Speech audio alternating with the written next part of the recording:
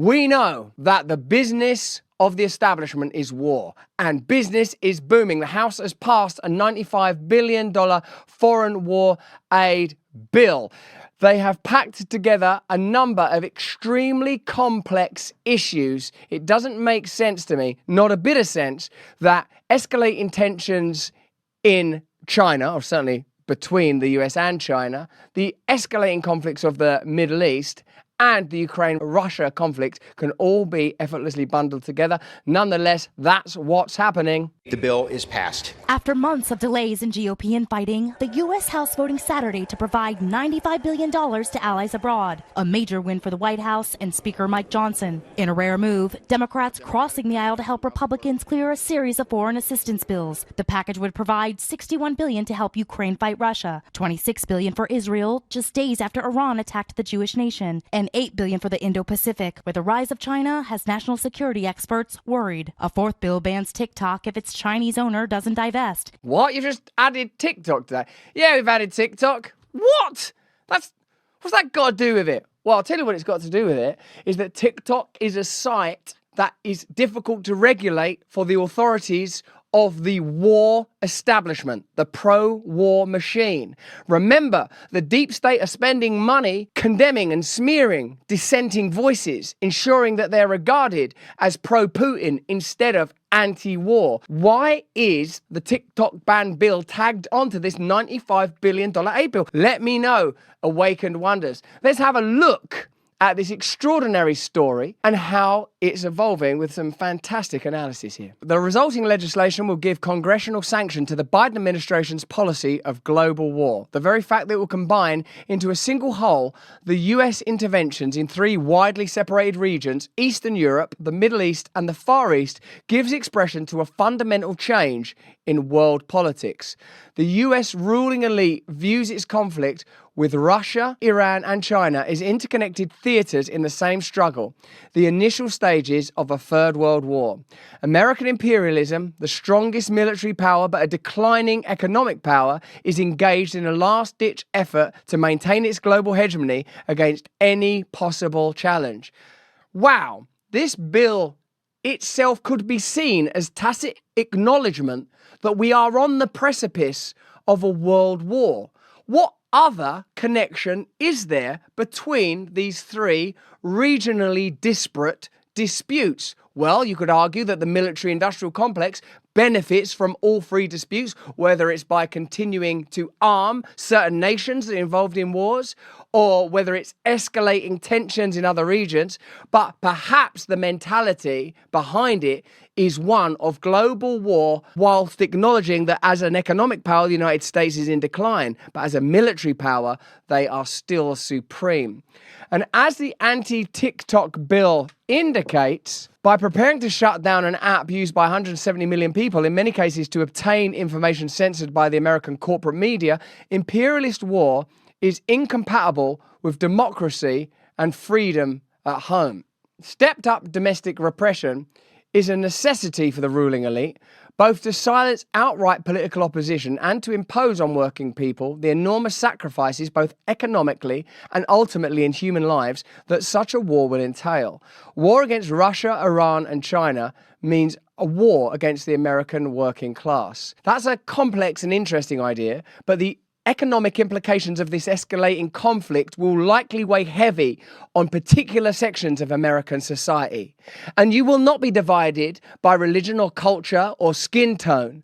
You will be divided by your economic class. This is once again a crisis for ordinary people, but an opportunity for the most powerful forces in the world, comparable to the pandemic, where for them it's an opportunity, comparable to the 2008 crash. For them, it's an opportunity. For you, it's foreclosure. Comparable to the 2001 terrorist attacks. For you, it means that bills were created then that are still being passed, facilitating surveillance, an unnecessary war in the Middle East, causing millions of deaths, and birthing new terror, not only into that region, but making it a domestic possibility in your homeland, in our homeland, and across the world, creating yet more fear, yet more tension, yet more dread, yet more opportunity for the powerful. The House passage of the war bill brought together the two capitalist parties, uniting them in support of an unlikely hero, House Speaker Mike Johnson. This unity has been actualized on the central priority of the US financial aristocracy, global war. War is necessary. It's necessary. Without war, they cannot perpetuate their systems of power. They cannot perpetuate their dominance. So it's not for humanitarian reasons. We can't allow Putin's criminal invasion. We simply have to support our allies in the Middle East. We can't allow China to get away with this. Now we begin to understand what this is really about.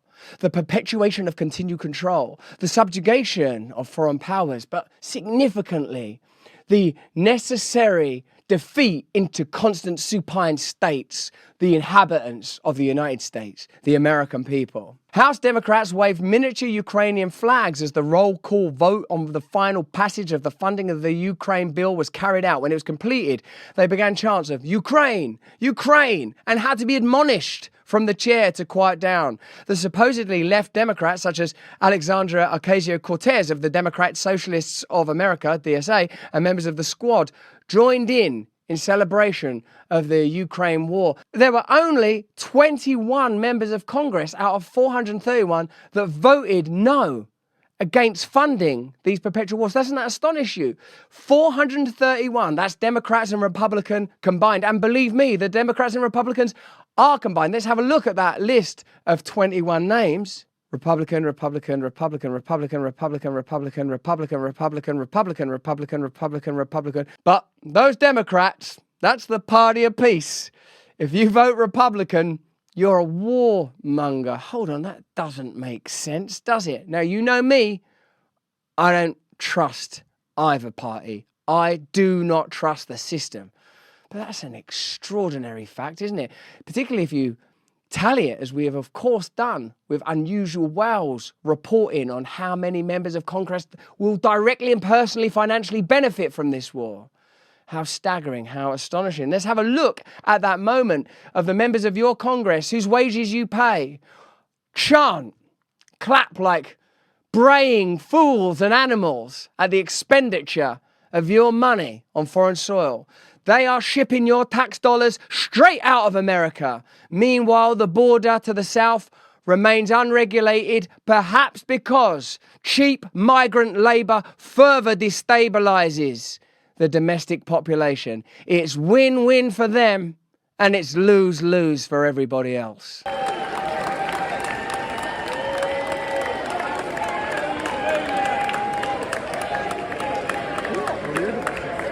There they are. That's your leaders. That's your leaders.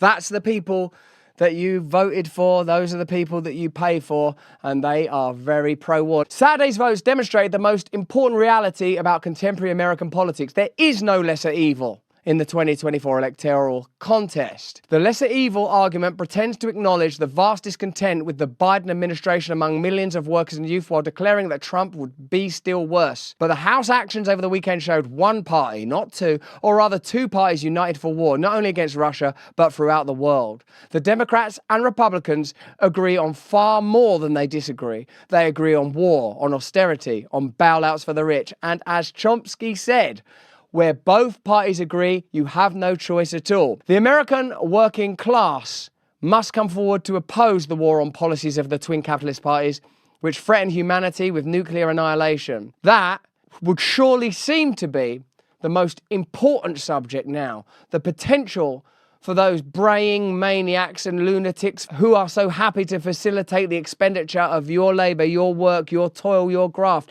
your life into foreign wars that are escalating catastrophe for all the world's people.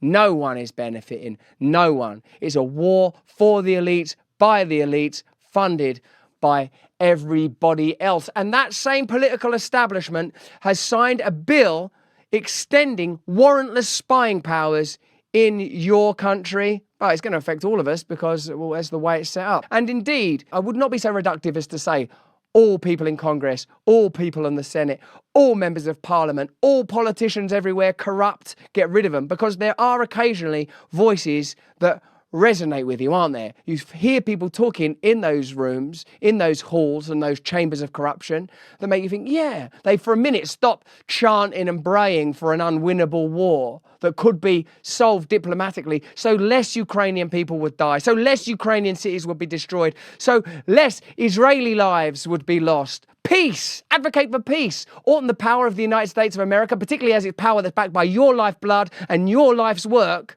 be advocating for peace? Or shouldn't you at least be allowed to vote for it? I'd stay out of it. I'm English. If you had a vote, a nationwide referenda, hey guys, we're just about to pass a $95 billion bill, it's your country, it's your money, what do you want? How do you think it would go? The fact that there is no referendum tells you all you need to know. They know what you would do. Luckily, occasionally, a voice comes to the forefront, like the voice of Rand Paul when it comes to the issue of FISA Section 702, who speaks clearly, compassionately, and eloquently on exactly the risks and indeed how the system works. Make it delaying this vote until it's too late to do anything but obey. And that's what they want you to do. Obey. They'll only give you information if that information makes you obey, if that information is in alignment with their agenda. Let's listen to Rand Paul. The idea that we don't have time is a specious one. The only reason we wouldn't have time is because the supporters of this bill delayed to the last hour. We have 5 years to renew this. We delayed it till we have 4 hours left, and then we're told we can't amend it because we don't have enough time. That is a false argument. The House is still here. They're going to be voting tomorrow. We should pass the good amendments today, send them to the House tomorrow. This is an argument that has been forced upon us by the supporters of FISA who want no debate and they want no restrictions, they want no warrants, and they want nothing to protect the Americans. They want to allow whatever goes, whatever happens, happens, and to hell with the American individual citizen and the Bill of Rights. I say don't listen to the people who don't want amendments and don't want debate, and let's pass this amendment.